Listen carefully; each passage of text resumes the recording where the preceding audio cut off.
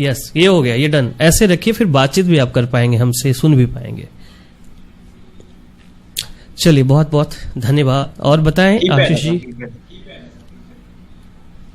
हाँ सर। हाँ सर।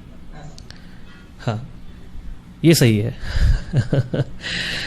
बहुत तो बहुत हम लोग धन्यवाद सर, आपने अपना कीमती समय हमें दिया। और ये हमारे लिए बहुत बड़ी उपलब्धि है सर कि आपने कीमती समय दिया। हम आपको काफी समय से फॉलो करते हैं, काफी समय से आपके गीत, आपकी मधुर आवाज से भली भांति परिचित हैं। और एक लालसा थी मन में हमारे अंदर, और हमारे जो आसपास के दर्शक हैं उनके अंदर भी एक लालसा थी कि आपकी आवाज, आपकी मधुर आवाज एक बार सामने सामने अगर लाइव टेलीकास्ट से मैं सुन पाए और हमारे इस पटल के माध्यम से, तो बहुत अच्छा होगा। और उनकी एक ख्वाहिश थी और एक ख्वाहिश पूरी हुई। इसके लिए मैं और उनकी सबकी तरफ से आपका तहे दिल से आपका अभिनंदन स्वागत करता हूँ और धन्यवाद भी करता हूँ। और सर, सबसे पहले एक चीज पूछना चाहेंगे कि आपका जो सफर शुरू हुआ गायन के माध्यम से, आपने देश में ही नहीं विदेशों में काफी ख्याति प्राप्त की। और मैं भी, हम हिंदी साहित्य मंच की तरफ से भी आपको बहुत सारी शुभकामनाएं देते हैं कि आप और ऊंचाइयां छुएं, और बुलंदियां छुएं। और एक सफर, जो आपके सफर की शुरुआत है, उसके बारे में कुछ जानने की ख्वाहिश है, थोड़ा सा बताएं।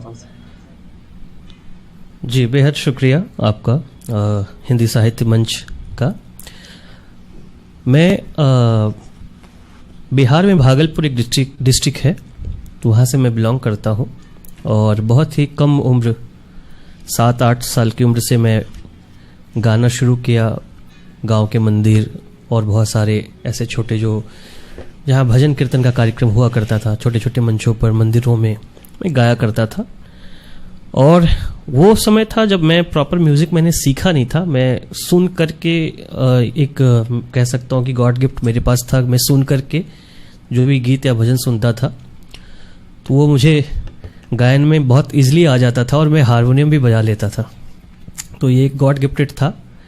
और धीरे धीरे ये सिलसिला चला 4 साल 5 साल। उसके बाद फिर एकेडमिक तरीके से जैसे संगीत सीखा जाता है, वो सीखने की एक शुरुआत हुई। शहर आकर मैं भागलपुर के अंदर 30 किलोमीटर अंदर गांव में मेरा घर था। और फिर मैं वहाँ से नालंदा आया, वहाँ मैं म्यूज़िक सीखा। फिर ऐसे दिल्ली आया, दिल्ली में कुछ समय रह के म्यूज़िक सीखा। और फिर फाइनली मैं अपना आदर्श जो है, आइडियल, वो अनूप जलोटा जी को मानता था। मैं उनको फॉलो करता था, सुनता था। तो मैं ये कह सकता हूँ कि मेरा सौभाग्य रहा कि मैं उनसे जुड़ पाया, और मैं आज मेरे वो गुरु हैं। मैंने उनसे संगीत सीखा और आप सबकी सेवा कर रहा हूँ संगीत के माध्यम से।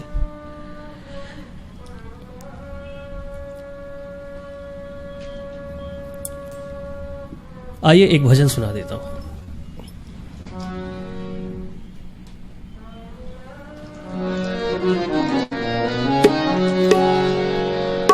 अच्युतम केशवम कृष्ण दामोदरम राम नारायणम जानकी वल्लभम।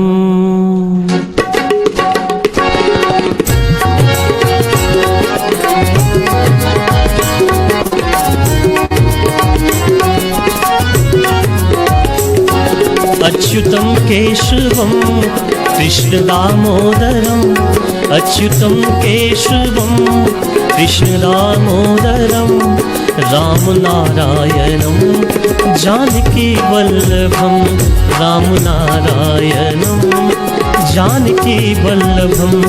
अच्युतम केशवम कृष्ण दामोदरम राम नारायणम जानकी वल्लभम।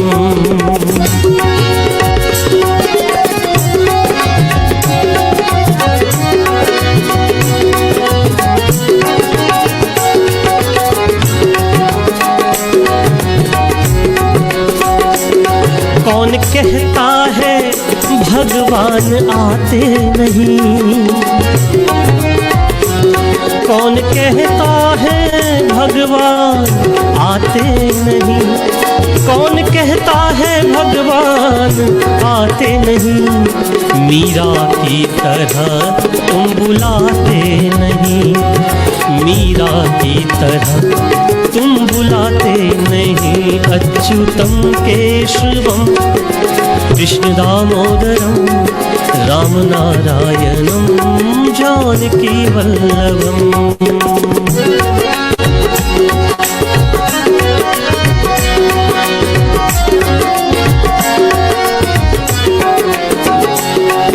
कौन कहता है भगवान खाते नहीं,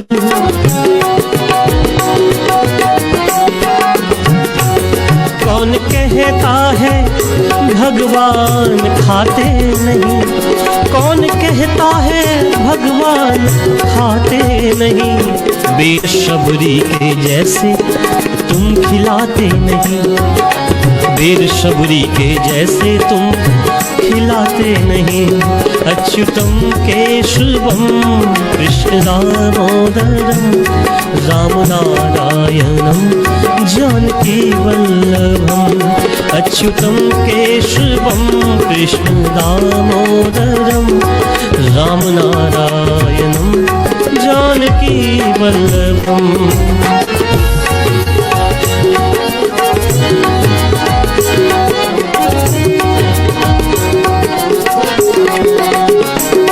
कौन कहता है भगवान सोते नहीं,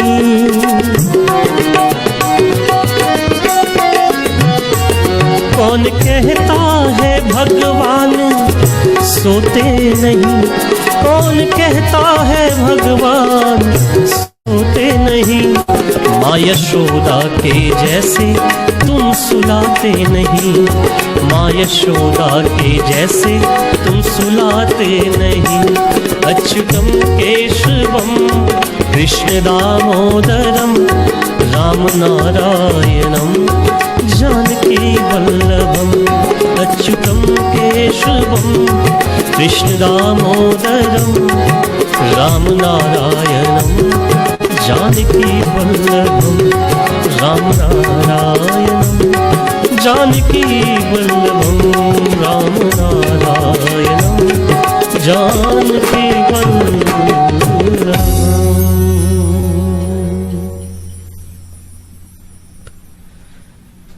बहुत बहुत धन्यवाद। बहुत बहुत धन्यवाद सर आपका। बहुत ही प्यारा संगीत और उतनी ही प्यारी आपकी मधुर आवाज। शुक्रिया सर।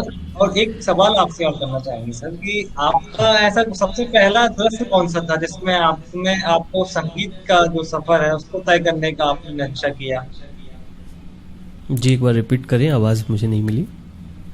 मैं ये कह रहा था सर कि आपका सबसे पहला ऐसा कौन सा दृश्य था जिसने आपको भजन और एक गायकी के क्षेत्र में आपको प्रोत्साहन करने किया? वो क्या था? 10 क्या बोले आप? मैं ये बोल रहा था सर कि आपका मतलब आपने गायक का जो क्षेत्र चुना है आपने सबसे पहले हाँ, इसका मतलब क्या मतलब इसका जो कारण था वो कारण क्या था जो जिसमें आपने गायकी अच्छा, का कारण, रीजन क्या था, मतलब आप मैं इस क्षेत्र में क्यों आया हूँ? एक्चुअली ये कह सकता हूँ मैं तो बचपन से, मेरी माँ जो है वो फोक बहुत अच्छा गाती थी, भजन। तो संगीत का जो एक वातावरण मेरे घर में बना हुआ था वो माँ की वजह से बना हुआ था। घर में हारमोनियम, तबला, ढोलक ये सब होना। और धीरे धीरे जब मैं होश संभाला तो मुझे म्यूज़िक के प्रति नेचुरली जैसे एक लव होता है वो तो था ही। और जब मैं गाना शुरू किया तो मुझे बहुत सारे ऐसे लोग मिलते थे, बहुत अप्रिशिएट करते थे। वो कहते थे ये बहुत अच्छा आर्टिस्ट बनेगा, देखो इसकी आवाज़ बहुत अच्छी है, अच्छा गाता है। तो वो सुनकर मुझे एक महसूस होता था कि शायद मैं इस फील्ड में कुछ अच्छा कर सकता हूँ। तो इसलिए मैंने वो प्रयास किया और धीरे धीरे जैसे जैसे मुझे थोड़ी सफलता मिली, लोगों की तारीफें मिली, लोगों ने जो मुझे प्रोत्साहित किया, उस वजह से मैं इस फील्ड में पूरी तरह से अपने आप को समर्पित कर दिया। अच्छा सर, जैसा मुझे ज्ञात है जैसा कि आपने जो संगीत की दुनिया में जो बारीकियां हैं आपने अनूप जलोटा सर से आपने सीखी जी। तो उनसे संपर्क कैसे हुआ आपका? उनसे संपर्क की बहुत लंबी कहानी है, बट इन शॉर्ट सबसे पहले तो मेरी टेलीफोनिक बातचीत उनसे हुई थी और फिर उनके मैं एक कार्यक्रम में भाग लिया था। वो कार्यक्रम में आने वाले थे बिहार और उन्होंने मुझे मिलने के लिए अपने कार्यक्रम में ही वो मुझे बुलाए थे। और वो पहला मौका था जब डायरेक्टली उनके साथ स्टेज पे बैठकर मुझे कोरस गाने का मौका मिला था। और फिर बहुत बढ़िया। जब मैं वहाँ गाया, मेरी आवाज़ वो सुने तो वो बोले कि तुम अच्छा गाते हो, मुंबई अगर तुम रहोगे तो मैं तुमको सिखाऊंगा, तुम्हारी मदद करूंगा। तब से मैं मुंबई आने की प्लान है। जी अपने जी दर्शकों से एक और इन्फॉर्मेशन देना चाहेंगे अपने दर्शकों को कि सर को तो हम सभी फॉलो करते हैं, आप सब भी फॉलो कर सकते हैं उनके यूट्यूब चैनल में के माध्यम से, उनकी वेबसाइट के माध्यम से। उनकी वेबसाइट satyamanandji.com है और यूट्यूब का चैनल जो है वो सत्यम आनंद जी के नाम से है। आप उनके सारे जी वीडियो, सारे एल्बम वहाँ पे सुन सकते हैं और उनको उनके द्वारा जो भी मधुर आवाज में जो भी गायक भजन और गजल वगैरह गाए जाते हैं, उनके माध्यम से आप उनको भी फॉलो कर सकते हैं। और सर एक सवाल और रहेगा सर आपसे हाँ जी कि एक जी। आपका जो आपने जैसे बताया कि आप भागलपुर आए, दिल्ली आए, वहां से मुंबई का सफर कैसे तय हुआ? बिहार से मुंबई का सफ़र, हाँ हाँ, इस सफ़र तो बहुत मुश्किलों से भरा हुआ था। जब मैं बॉम्बे मुझे आना था, मन में तो ठान लिया था कि बॉम्बे आना है, लेकिन हमारे कोई यहाँ रिलेटिव या कोई ऐसे गांव के, जो भी कह सकता हूँ, किसी को मैं यहाँ जानता नहीं था। तो पहले तो मैं बिहार से दिल्ली आया। दिल्ली में हमारे मामा जी रहते थे, तो मैं वहाँ, मामा जी हमारे योगा के फील्ड से थे, तो मामा जी के साथ रह के मैं योग सीखा और लोगों को योगा भी सिखाता था।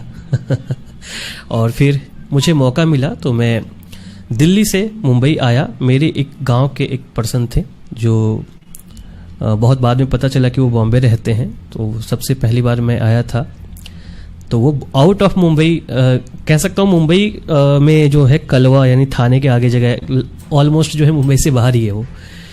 तो वो वहाँ रहते थे। तो पहला स्टेप था, मैं जब बॉम्बे आया था तो उनके ही घर पे, यहाँ पे मेरी स्टे का था। बट उसके बाद वहाँ से मैं कलवा से मुंबई आता था अनूप जी के पास। तो करीब करीब मैं ये कहूँ कि 2 महीने तक तो मेरा यहाँ बहुत भागम भाग प्लेटफॉर्म वाली ही ज़िंदगी थी। अधिकतर रात में मैं इधर ही बाहर ही बिता लिया करता था और उनसे सीखने जाता था। 2 महीने के बाद करीब करीब 2-3 महीने मुझे एक मंदिर पे रहने का मौका मिला। तो शाम में मैं भजन गा लिया करता था, मंदिर पे ही रह जाता था। और ये कुछ 6-8 महीने तक ऐसा चलता रहा। फिर जाकर हमारे कुछ परिवार के लोगों का पता चला कि वो बॉम्बे में रहते हैं, तो उन लोगों के सपोर्ट से फिर मैं यहाँ रहने लगा और धीरे धीरे बिहार आना जाना ये सब चलता रहा। ये है एक मिली जुली कहानी है। चलिए, बहुत बहुत शुक्रिया। आप स्क्रीन पे नज़र नहीं आ रहे हैं आशीष जी।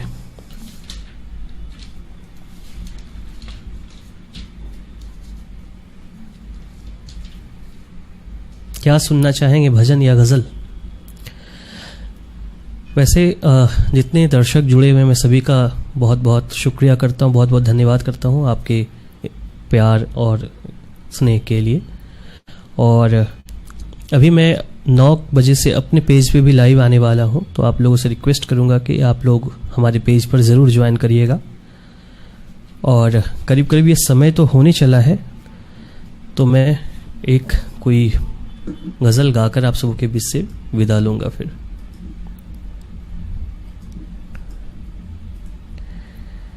एक मेरी गज़ल कल रिलीज़ होने वाली है, तो उसको आज मैं यहाँ गाकर सुना देता हूँ।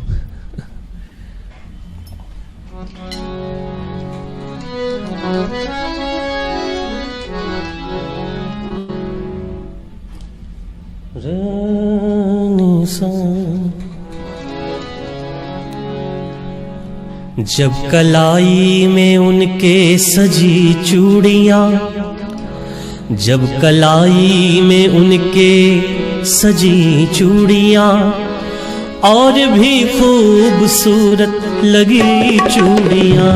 जब कलाई में उनके सजी चूड़ियां, जब कलाई में उनके सजी चूड़ियां, और भी खूबसूरत लगी चूड़ियां। जब कलाई में उनके सजी चूड़ियां, और भी खूबसूरत लगी चूड़ियां।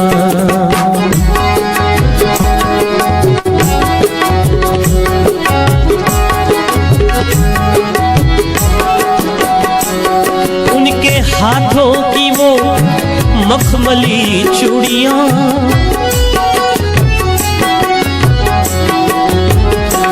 उनके हाथ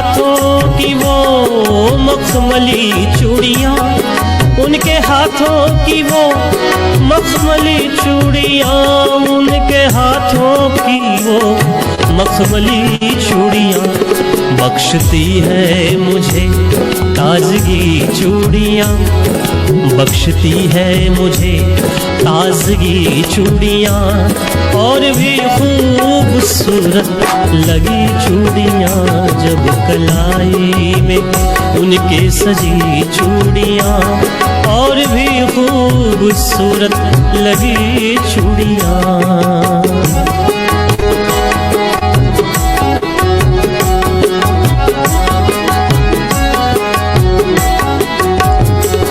वो यहाँ पर छुपी है खनक कर कहा,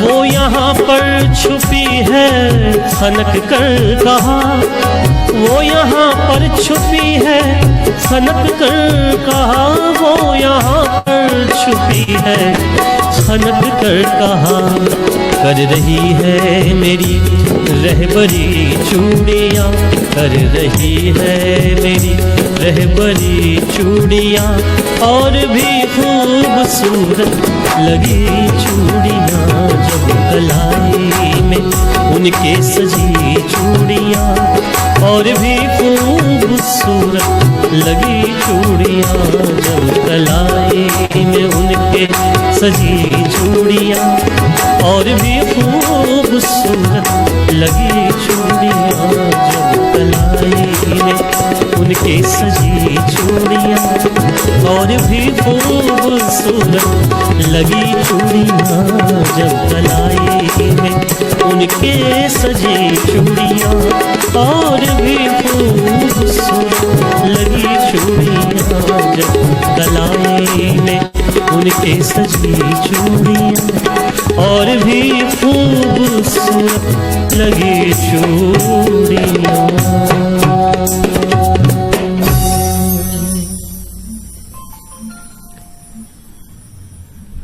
आप बहुत सुंदर, बहुत शानदार। थैंक यू बहुत ही शानदार। जितना मधुर आपका जो भजन, जितनी लिरिक्स है उतना मधुर, उतनी मधुर आपकी आवाज। सर सबसे पहले एक चीज और आपसे जानना चाहेंगे, आपका ऐसा कौन सा भजन, कौन सी रचना थी जिसको आपने गा के आपने ज्यादा लोगों का फीडबैक लिया, ज्यादा लोगों ने रिव्यू दिया आपको, ऐसा कौन सा जो सबसे खूबसूरत आपको भी जो लगा हो? वैसे तो मेरी जो कलेक्शंस हैं उनमें से बहुत पसंद है, पर एक नज़्म है ताहिर फराज साहब की लिखी हुई नज़्म, बहुत खूबसूरत हो तुम, वो मुझे लगता है कि सबसे ज़्यादा पॉपुलर हुआ। बिल्कुल, हमारे दर्शकों ने भी वो मांग की है कि उसको सुनने के लिए। ओके, अच्छा, जी जी जी, हाँ ज़रूर। और उसके बाद मेरी जो गज़ल फूल रस्मों की खातिर नहीं लाइए, फूल खिल जाएंगे आप आ जाइए, जो मैंने पहले सुनाया, वो गज़ल बहुत पॉपुलर हुई। और हाल फिलहाल में तो कई पॉपुलर हैं, जैसे कि कॉलेज का ज़माना मैंने सुनाया, ये जब कलाई में मैं लाइव में तो बहुत बार गा चुका हूँ, लेकिन एक तरीके से जो रिलीज़ करना है जिसको कहते हैं, वो भी कल, मोस्ट प्रोबेबली कल हो जाएगा वो रिलीज़।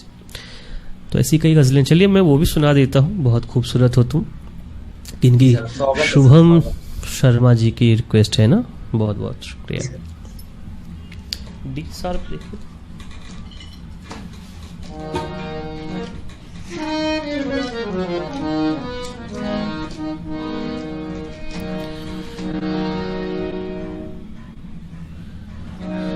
बहुत खूबसूरत हो तुम,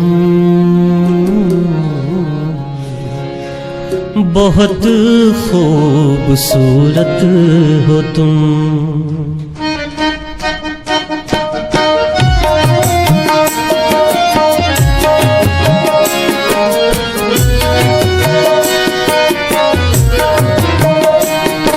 बहुत खूबसूरत हो तुम,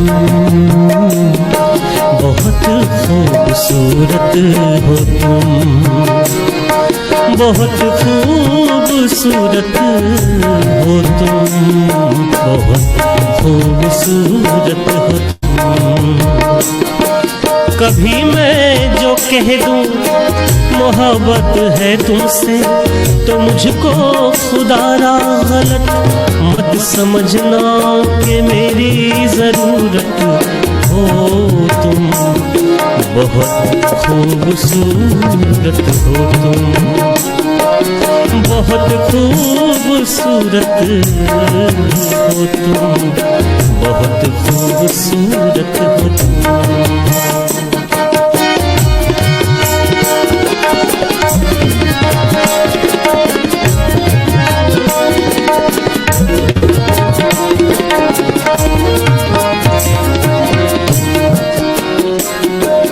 है फूलों की डाली ये बाहें तुम्हारी, है खामोश जादू निगाहें तुम्हारी। जो काटे वो सब अपने दामन में रख लूं, सजाऊं मैं कलियों से राहें तुम्हारी। नजर से जमाने की खुद को बचाना, किसी और से देखो दिल ना लगाना कि मेरी अमानत हो तुम। बहुत खूबसूरत हो तुम, बहुत खूबसूरत हो तुम, बहुत खूबसूरत हो तुम।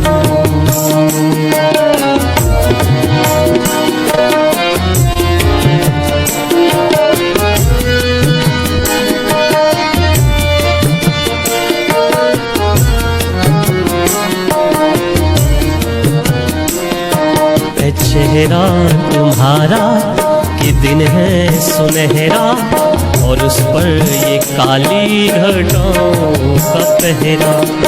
गुलाबों से नाजुक महकता बदन है, ये लब है तुम्हारे ये खिलता चमन है।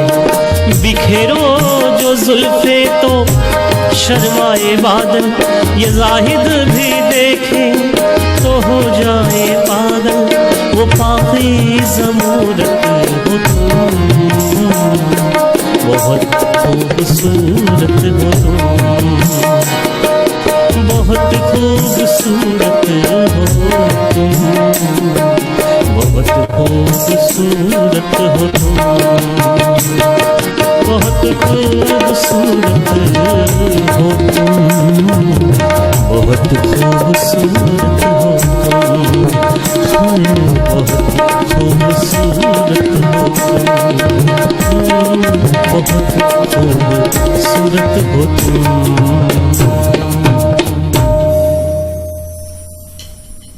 बहुत ही सुंदर सर, बहुत ही मधुर आवाज। सर एक चीज जानना जी चाहेंगे आपसे कि जैसे हाँ कोई सिंगर हो, जैसे कई हमारे ऐसे गायक होते हैं जो जिनको पता नहीं होता कि हमें आगे कैसे बढ़ना है। भले उनके पास टैलेंट हो, उनके पास और ऐसा मतलब कोई ऐसी एक एक फील्ड ऐसी हो जिसमें वो बहुत अच्छे करते हो, तो उनको आगे बढ़ने के लिए उनको क्या करना चाहिए? देखिए, सबसे पहले तो ज़रूरी है कि आप जिस फील्ड में जाएं तैयारी आपकी बहुत मजबूत होनी चाहिए। आप में अगर दम है तो कहीं ना कहीं से आप निकल कर बाहर आ ही जाएंगे। बिल्कुल सर। बहुत कहते हैं ज़रूरी अगर होता है। कदमों की हाँ जी, कहें। कहते हैं अगर कदमों की काबिलियत पर अगर हमें यकीन हो तो मंजिल हमें ज्यादा दूर नहीं लगती, मंजिल मिल ही जाती है। उसका जीता बिल्कुल जागता उदाहरण आप स्वयं है। जी। शुक्रिया शुक्रिया। तो आप जो फील्ड में जाना चाहते हैं अपने काम के प्रति ईमानदारी रखिए तो रास्ता बनता ही जाता है और सफलताएं मिलती हैं। गाएं, अगर इस फील्ड में गायन क्षेत्र में आना चाहते हैं तो प्रॉपर म्यूज़िक सीखिए और अच्छी रियाज करिए, तो आप ज़रूर एक दिन जो है मेहनत कहते हैं ना करने वाले लोग निखर जाते हैं जल्दी जल्दी। वो मतलब उनको रास्ताएं मिलने लगती हैं, सब कुछ होता है, ठीक ठाक होता है। तो बस इतना ही कहूँगा, ईमानदारी के साथ वो संगीत की साधना करें, ईश्वर खुद उनको रास्ता देंगे। और सर एक चीज और जानना चाहेंगे, आपके जो गायकी की जो सफर आपका जो शुरू हुआ, उस सफर में आपने स्टार्टिंग से आपने कुछ किसी गुरु के माध्यम से आपने कुछ सीखा या आपने खुद ही से ऐसा कुछ मतलब नहीं, ऑनलाइन या पहली फिर? पहली गुरु तो मेरी माँ है, और उसके बाद जो है, हाँ, उसके बाद मैंने जो संगीत की शुरुआत की, तो शुरू में हमारे कुछ कुछ जो हैं, जो म्यूज़िक स्कूल्स होते हैं, जो शहरों में छोटे छोटे स्कूल्स होते हैं, वैसे मैं एक दो जगह गया था। फिर जब मुझे लगा कि म्यूज़िक अब सीखना है, और जो एक एकेडमिक तरीके से सीखना होता है, उसमें बहुत सारी म्यूज़िकल बुक्स हैं जो कोर्स में कराया जाता है, जो इंडियन क्लासिकल का। तो मैं जो बुक लेता था, वो बुक को बहुत ध्यान से पढ़ता था, कई बार पढ़ता था। और पढ़ने के, आजकल जो है किताब में बहुत कुछ लिखा हुआ मिलता है, अगर ठीक से पढ़ा जाए, ठीक से उसको समझ के पढ़ें, और तो आपको कहीं ना कहीं आप उससे सीखते ही हैं। और साथ ही साथ बुक्स पढ़ने के साथ साथ आप उस्तादों को सुनने के लिए तो आजकल इतना साधन है, यूट्यूब है। हम अभी से 10-15 साल पहले इतना मैं यूट्यूब इन सब के बारे में नहीं जानता था, तो उस समय मैं कैसेट्स परचेज करके सुनता था। जो बड़े बड़े सिंगर्स हैं, राग के कैसेट्स मिलते थे, रागों के इंस्ट्रूमेंटल मिलता था। तो मैं हारमोनियम बजाता था, तो मैं बुक में पढ़ा, अच्छा ये राग है, ये आरोह अवरोह है, ये उसकी पकड़ है, ये उसकी ताने हैं, ये आलाप है, ये इसमें क्या क्या वर्जित है, रागों की जाति क्या है, ये सब जब आपको एक बार मालूम हो गया, फिर आप किसी उस्ताद को सुनेंगे वो कैसे गा रहे हैं, तो आपको तो समझ में आ ही जाएगा क्या है। तो ये चीज़ होता है। और फिर ये सीखने के बाद एक टाइम पे फिर भी अगर कुछ कमियां रहती हैं, तो कहीं ना कहीं जब आप गुरु से मिलेंगे तो थोड़ा रिफाइन तो हो जाता है वो। आप अपने आप को रिकॉर्ड करके सुनिए और फिर कंपेयर करिए कि ये राग अगर मैंने सीखा और अब मैं गा रहा हूँ, मैं ये गा लेता हूँ, आप भी गाइए, और फिर आप उस्तादों के रिकॉर्ड किए हुए उनको सुनिए, फिर कंपेयर करिए, आपको खुद पता चलेगा कि यहाँ पे कमियां है, इसको थोड़ा ठीक किया जाए। तो मेरे सीखने का तरीका कुछ ऐसा ज़्यादा रहा, ज़्यादा मैं पढ़ के सुन के सीखा हूँ, मैंने सुना खूब है। अच्छा सर, लोगों को जी, एक अक्सर जैसे कोई भी व्यक्ति हो, जब तक अपनी मंजिल में पहुंच नहीं जाता, तब तक उसको पीछे की अपनी गलतियां नहीं महसूस होती हैं। और कहते हैं कि जब हम कभी भी, जब तक हम अपने पीछे मुड़ के नहीं देखते हैं, तो हमें ये पता नहीं चलता कि वो नहीं गलतियों ने हमें वो बनाया जो हम आज हैं। तो आपके ऐसी गलतियां जो आप शेयर करना चाहें? नहीं, ऐसा कुछ खास तो मुझे लोगों नहीं को है। प्रेरणा मिले कि वो ना दौड़ाएं, जिनसे लोगों को प्रेरणा मिले कि वो गलतियां ना, बस ऐसी गलतियां ना करें। अभी तो ऐसा कुछ हमारे ध्यान में नहीं है कि हमने कौन सी ऐसी गलती की तो है। यही सर आपकी छवि को जाहिर करती है कि आपने बिना कोई गलती आपने इतना मुकाम हासिल किया। और सर एक चीज और जानना चाहेंगे कि हर व्यक्ति जो सफल व्यक्ति होता है, उसके मार्ग में कई ऐसी रुकावटें आती हैं, कई ऐसी परेशानियां आती हैं। तो आपके जो गायकी का सफर था, उसमें भी आपने कभी कोई ऐसी परेशानी का सामना किया? कोई परेशानी तो बहुत परेशानियों का सामना करना पड़ा। सबसे बड़ी परेशानी तो ये होती है कि जब इस फील्ड में हर एक सफल सिंगर जितने हैं उनके साथ शायद ऐसा हुआ है, लेकिन जिनका घराना रहा है उनके साथ नहीं हुई है बात। जब आप गाने के फील्ड में जाएं और आपके घर परिवार में इस फील्ड में नहीं है लोग ना, तो आपको रोकते हैं और पूरी ताकत लगा देते हैं कि इस फील्ड में नहीं जाएं आप। तो वो चीज़ हमारे साथ भी था। जब मैं इस फील्ड में आ रहा था तो घर परिवार की तरफ से बहुत ही बाधाएं थी, क्या करने जा रहा है ये नाचने गाने वाले लाइन में। उनका कुछ ऐसा ही होता था। और फिर धीरे धीरे जब मैं जिद पे आ गया कि मुझे यही करना है, तो लोगों ने साथ छोड़ दिया। अब जब एक समय तक जो मेहनत करके थोड़ी नाम हुए, तो धीरे धीरे परिवार के लोग फिर वापस आने लगे, नहीं ठीक है, ठीक ही कर रहा था ये। तो ये परेशानी होती है। तो मैं उनके गार्जियन से रिक्वेस्ट करना चाहूँगा कि जो इस फील्ड में आना चाहते हैं अपने बच्चों को सपोर्ट करें, ये बहुत ज़रूरी है। बिल्कुल सर। और जब तक हम सफल नहीं होते, जब तक हम किसी भी फील्ड में जाएं, उस फील्ड में अगर हम अच्छा करके दिखाते हैं, तभी हमें वो सपोर्ट मिलता है, चाहे फैमिली से सपोर्ट हो, चाहे आसपास के लोगों से हो। तो जब तक हम उसमें अच्छा करने लगते हैं, तो सपोर्ट भी मिलने लगता है। हाँ, ऐसा ही होता है। तो आपने तो शुरुआत से अच्छा किया है।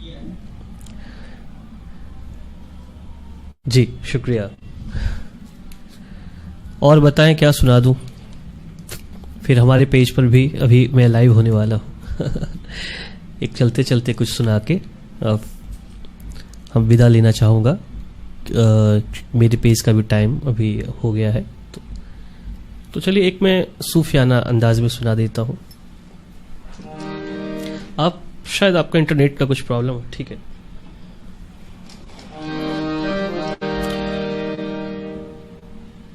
ओ लाल मेरी पत रखियो भला झूले लालण, हो लाल मेरी पत।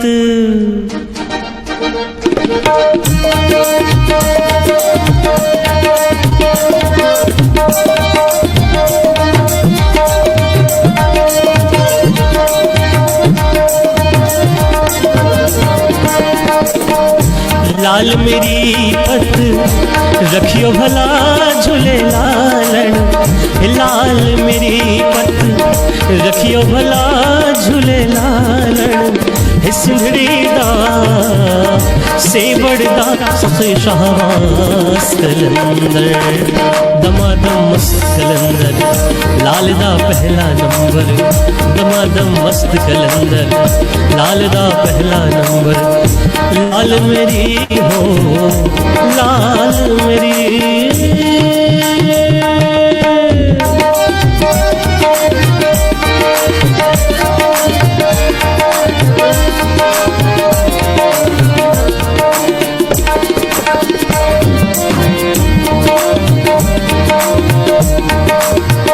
चार चराग तुझा बारण हमेशा,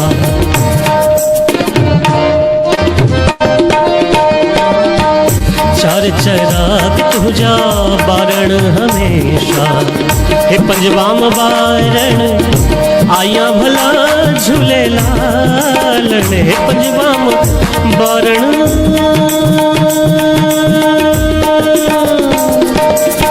हे पंजवाम बारण आया भला झूले लालण। सिंधड़ी दा सेवड़दा सखे शाहवास कलंदर, दमादम मस्त कलंदर, लाल दा पहला नंबर, दमादम मस्त कलंदर, लाल दा पहला नंबर।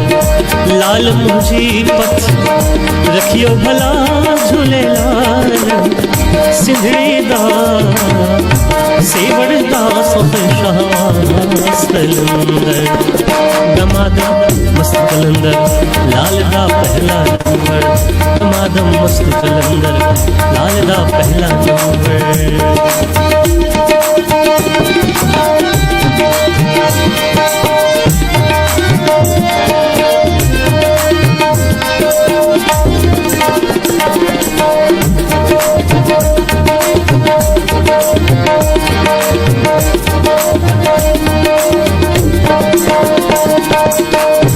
जुग जुग लाल तुझी खैर होवे,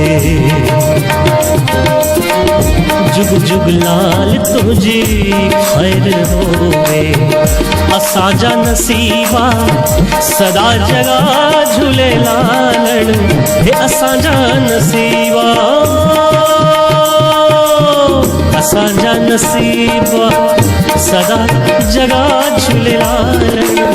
सिंधड़ी दा सेवड़दा सखे शाहवास कलंदर, दमादम मस्त कलंदर, लाल दा पहला नंबर, दमादम मस्त कलंदर, लाल दा पहला नंबर, दमादम मस्त कलंदर, ना पहला नंबर। लाल मेरी पत रखियो भला झूले लालण, सिंधड़ी दा सेवड़दा सखे शाहवास कलंदर, दमादम मस्त कलंदर, लाल दा पहला नंबर, दमादम मस्त कलंदर, लाल दा पहला नंबर, दमादम मस्त कलंदर, लाल दा पहला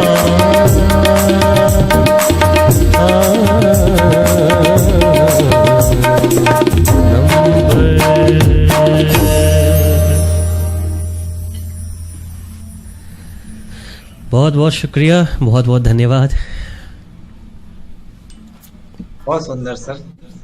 सर आपने इसी गाने का सिंध वर्जन भी आप ही ने इसमें तैयार किया है। अरे वाह, तो ये आपको ध्यान में है। जी जी, एक्चुअली है तो ये सिंधी में ही, पर बाद में बहुत सारे गायक अपने अपने सुविधा के हिसाब से इसको चेंज करते गए, तो आज एक्चुअली मैं सिंधी वर्जन गाता हूँ, लेकिन मुझे लगा कि आज मैं मध्य प्रदेश के पेज पे हूँ तो थोड़ा मिला कर गाऊँ हिंदी, क्योंकि मैं इसलिए मैंने हिंदी और तो आप पूरे मध्य प्रदेश के इकलौते नहीं, आप पूरे राष्ट्र के हैं आप।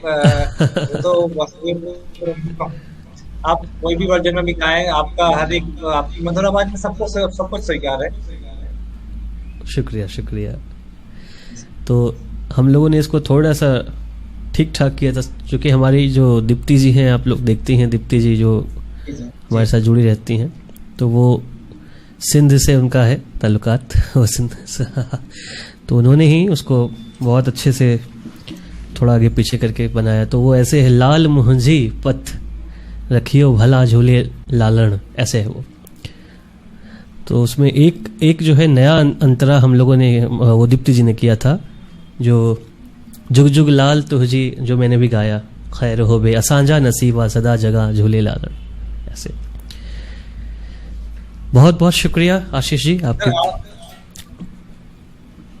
आपके हिंदी। आप अपनी ज्यादातर गीत खुद ही तैयार करते हैं? नहीं, हमारे साथ बहुत प्यारे प्यारे बहुत अच्छे अच्छे राइटर्स हैं हमारे, जो लिखते हैं, और मैं कंपोज करता हूँ, गाता हूँ। अब ये दो टैलेंट तो है ही, तो एक आध बार तो कभी कुछ ऐसा हुआ तो कभी एक आध लिखा, लेकिन मुझे लिखने की ज़रूरत नहीं पड़ती है। मुझे जो जैसा कंटेंट चाहिए होता है, मैं एक बार बोल देता हूँ, वो मिल जाता है। अभी आप और आपकी टीम बहुत अच्छा कर रही है, बहुत अच्छा ख्याति प्राप्त कर रही है, और समय हो चुका है। और सबसे पहले आपका एक बार फिर से आपका बहुत बहुत धन्यवाद करना चाहता हूँ सर। आपने अपनी व्यस्ततम लाइफ में, आपने व्यस्ततम जीवन में आपने कीमती समय आपने मुझे दिया, हिंदी साहित्य मंच को दिया। मैं तमाम हिंदी साहित्य मंच के दर्शकों की तरफ से आपका तहे दिल से शुक्रिया करना चाहता हूँ, क्योंकि बहुत मुश्किल होता है सर किसी भी एक सिंगर को जो इतना फेमस हो चुका हो, इतना सफल हो चुका हो, उस व्यक्ति को वो समय देना किसी भी संस्था के लिए बहुत मुश्किल होता है। आपके कई कार्यक्रम होते होंगे, ऑनलाइन भी ऑफलाइन भी, और तमाम टीम के साथ आपने मुझे समय दिया। आपकी टीम को भी मैं बैकग्राउंड में जो भी बजा रहे हैं उनका भी परिचय हो जाए। हमारे साथ ऑक्टोपैड पे नवीन ओबेराय जी प्ले कर रहे हैं, और तबला पर अवध सिंह जी प्ले कर रहे हैं। उनका भी बहुत बहुत धन्यवाद आशीष जी। अब मैं अपने पेज पे अभी आने वाला हूँ 5 मिनट में, तो अब आप 9:30 का टाइम मैंने दिया हुआ है। मैं अपने दर्शकों से भी कहूँगा, और इस प्रोग्राम को, पूरे प्रोग्राम को मैं बूस्ट करने के माध्यम से आप सभी जितने भी लोकल हैं जो किसी कारण बस उपस्थित नहीं हो पाए हैं, उनके पास भी ये कार्यक्रम पहुंच पाएगा। ये जो कार्यक्रम हुआ है, इसका शुरू का हिस्सा आप एडिट कर लीजिएगा, क्योंकि वो टेक्निकल थोड़ी सी जो गड़बड़ियां हुई हैं। तो जी सर, फेसबुक पर है ऑप्शन कि स्टार्ट का जो पार्ट है, जहाँ से गाना आएगा अपना, वहां से आप इसको रख लीजिएगा। जहाँ से टेक्निकल गड़बड़ी हुई है वहां तक आप इरेज कर सकते हैं। बिल्कुल सर। चलिए, मिलता हूँ। बहुत बहुत धन्यवाद मिलके आपके बारे में जान के। शुक्रिया शुक्रिया जी सर, बहुत बहुत धन्यवाद सर। नमस्कार सर।